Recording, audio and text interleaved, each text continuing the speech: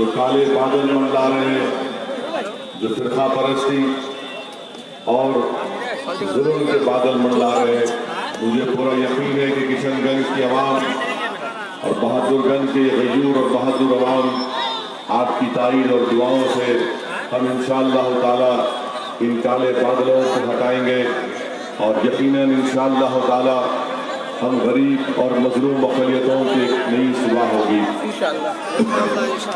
میرے عزیز دوستوں اور بزرگوں، میں یہاں پر ایک بات کہنا ضروری سمجھتا ہوں کہ سیمانچل کی پسماندگی کی لڑائی مجلس اختر الایمان صاحب کی قیادت میں لڑ رہی ہے، اور یہ ایک بڑا نازک وقت ہے آپ تمام کے لیے۔ سیمانچل کی عوام کے لیے، بہادر گنج کی عوام کے لیے۔ آج سیمانچل کی عوام نے دو بڑے خطاور اپنے قائد کو کھویا ہے، ایک تسلیم الدین صاحب اور مولانا اسماعیل اللہ قاسمی صاحب۔ آج سیمانچل کے پاس میں خالی نہیں مارتا ہوں میرے بھائی، میں خالی آپ سے داد حاصل کرنے کے لیے نہیں کہہ رہا ہوں، بلکہ آپ کو ایک پیغام دے رہا ہوں، آپ کو سمجھانے کی کوشش کر رہا ہوں کہ آج سیمانچل کی عوام نے دو بڑے اپنے قائدین کو کھویا ہے۔ یہ بڑے قائد تھے تسلیم الدین صاحب اور مولانا اسماعیل اللہ قاسمی صاحب۔ آج سیمانچل کی عوام کے پاس ایسا کوئی غدار شخصیت یا پھر ان کا کوئی نام بدل اگر مجھے نظر آتا ہے تو میرے بھائی اختر الایمان میں مجھے نظر آتا ہے۔ یقیناً مولانا تسلیم الدین صاحب کی محنت، ان کی قربانیاں سیمانچل کے لیے انشاءاللہ صبح قیامت تک لوگ ان کی اس قربانی اور محنت کو یاد رکھیں گے، مگر جو خواب تسلیم الدین صاحب کے ہوئے ہیں، جو کوششیں مولانا نے شروعات کی، اگر ان کو پائے تکمیل کو پہنچانا ہے، ان خوابوں کو پورا کرنا ہے، میں آپ سے اپیل کرنے آیا ہوں، آپ سے گزارش کرنے آیا ہوں کہ اختر الایمان صاحب کے حق میں آپ اپنے ووٹ کا استعمال کریے اور ان کو کامیاب کریے۔ میرے عزیز دوستوں اور بزرگوں، سیمانچل کے اس علاقے میں، کشن گنج کے اس پارلیمانی حلقے میں علی گڑھ مسلم یونیورسٹی کی آپ تمام نے محنت اور کوششوں سے حاصل کیا۔ آج اور علی گڑھ مسلم یونیورسٹی کی زمین کٹتے جا رہی ہے، علی گڑھ مسلم یونیورسٹی ختم ہونے کے دہانے پر ہے۔ ہم آپ سے وعدہ کر رہے ہیں کہ دلی میں جو نئی سرکار بنے گی، ایک نیا وزیر اعظم ہندوستان کو ملے گا جس کا تعلق بی جے پی سے ہرگز نہیں ہوگا انشاءاللہ تعالی۔ اس نئے حکومت اور اس نئے وزیر اعظم کے پاس میں اور اختر الایمان صاحب انشاءاللہ تعالی جا کر کشن گنج میں جو علی گڑھ مسلم یونیورسٹی کا کیمپس ہے، ہم لڑ کر انشاءاللہ تعالی اس کو مضبوط بنائیں گے، اس کے لیے پیسے مختص کرائیں گے تاکہ آپ کے سیمانچل اور کشن گنج کے پارلیمانی حلقے کے بچے جو گریجویشن کی ڈگری مکمل کرنے کے لیے ان کو 7 سال لگ جاتے ہیں۔ ہم انشاءاللہ تعالی آپ سے وعدہ کر رہے ہیں کہ آپ کے ووٹ سے کامیابی ملنے کے بعد آپ کا رکن پارلیمان اور میں خود اسدالدین اویسی نئی حکومت اور نئے وزیر اعظم کے پاس جا کر اس علی گڑھ مسلم یونیورسٹی کے کیمپس کو مضبوط بنائیں گے، اس کو فعال بنائیں گے، اس میں جو چیزوں کی کمی ہے، جو جہاں پر جو کام کرنا ہے وہ کام کروائیں گے۔ تیسری بات کہ سیمانچل سے انصاف کی لڑائی مجلس نے اس کا آغاز کیا ہے، یہ اختر الایمان کی کامیابی کے بعد ختم نہیں ہوگی، بلکہ ایک نئی حکومت جو بنے گی ہندوستان کی پارلیمنٹ میں، آپ دیکھیں گے کہ اختر الایمان کی جو پہلی تقریر ہوگی، ان کے تقریر کے الفاظ ہی ہوں گے کہ میں یہاں پر چن کر اس لیے آیا ہوں کہ مجھے اپنے غریب سیمانچل کی عوام کے لیے انصاف چاہیے، اور میں جانتا ہوں میرے بھائی سیمانچل کا ایک 13 سال کا بچہ حیدرآباد میں میرے گھر کے سامنے جو مسجد ہے، اس مسجد کی ملکی میں وہ لکڑی کا کام، بڑے کا کام کرتا ہے۔ جب میں اس بچے سے بولا، میں عصر کی نماز پڑھنے گیا تھا، میں نے اس سے کہا کہ میں فلاں تاریخ کو جا رہا ہوں سیمانچل، تو اس بچے کے آنکھ میں آنسو آئے اور کہا کہ صاحب ہم نے اپنے اماں اور ابا کو بولیں گے کہ مجلس پارٹی کو ووٹ دینا، پتنگ چھاپ کو ووٹ دینا، اور اس بچے کے آنکھوں میں آنسو تھے۔ میں نے اس سے پوچھا کہ بیٹا جذباتی کیوں ہو گئے؟ بولا کہ دیکھیے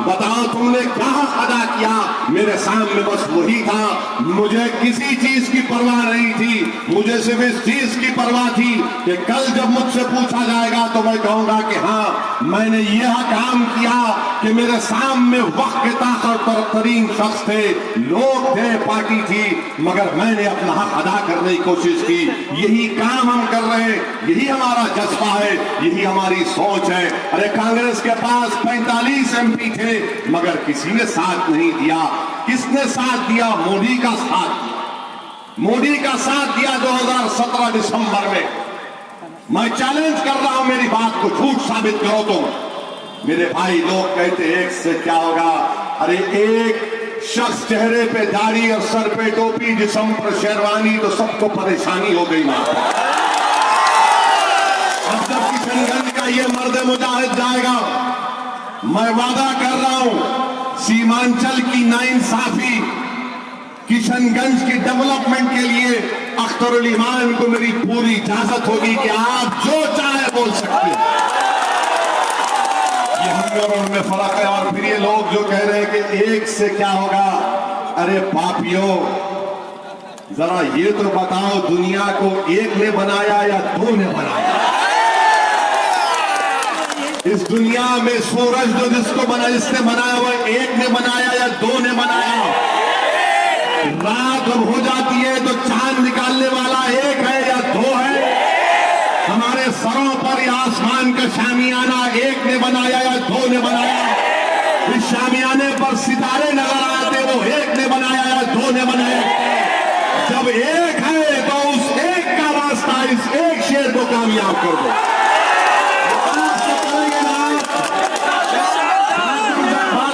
تمام عوام کرے گی تو بتا دو ان لوگوں کو کہ کشن گنج کے ایک ہی شیر ہے، باقی کے سب کدھر ہے؟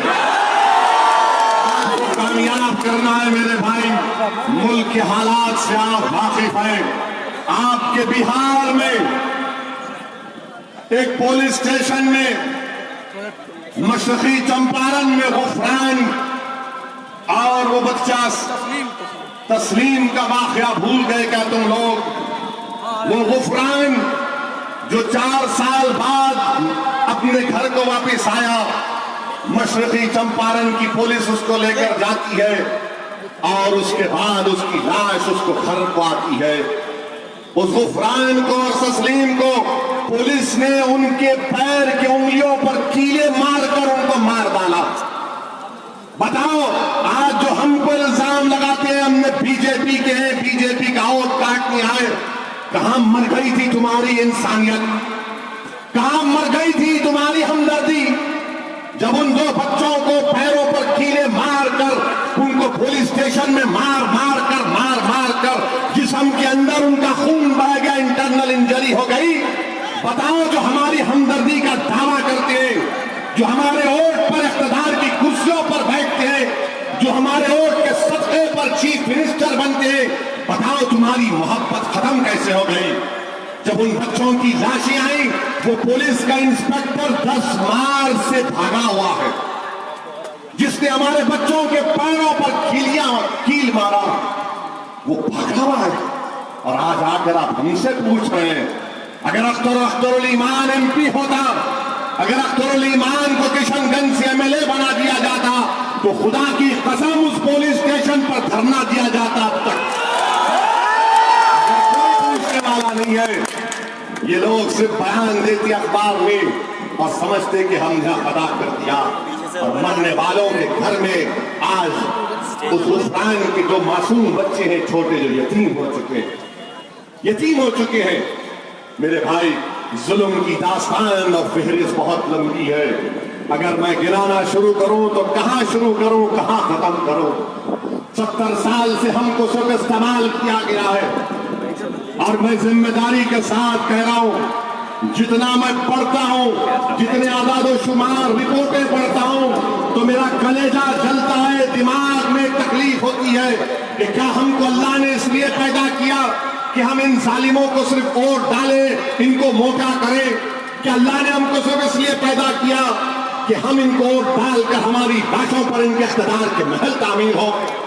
کہ اللہ نے ہم کو اس لیے پیدا کیا کہ ہم ان کی غلامی کریں سیکولرزم کے نام پر نہیں میرے بھائی. اب انقلاب لکھنا پڑے گا, انقلاب کا آغاز کرنا پڑے گا. آپ کو, نوجوانوں کو, بزرگوں سے کہہ رہا ہوں آپ ہماری سرپرستی کرو, علماء سے کہہ رہا ہوں ہمارے لیے دعا کرو. ہماری لڑائی انصاف کی لڑائی ہے. ہم کسی مذہب کے خلاف نہ تھے نہ کبھی رہیں گے انشاءاللہ تعالی. ہم سمویدھان کے تحت, ہندوستان کے آئین کے تحت اپنے حقوق کو منوانا چاہتے ہیں. ہم کو ہمارا حق ملنا چاہیے. ہم کسی کے غلام نہیں ہیں. تم 70 سال سے اونچی ٹیبل اور کرسی پر بیٹھ کر ہمارے مستقبل کے فیصلے کیے. آج مجلس یہ کہہ رہی ہے کہ جب تم اس کرسی پر بیٹھو گے, اس ٹیبل پر بیٹھو گے تو اختر الایمان کو بھی بٹھانا پڑے گا. اختر الایمان بیٹھ کر ہمارے مستقبل کے فیصلے کرے گا.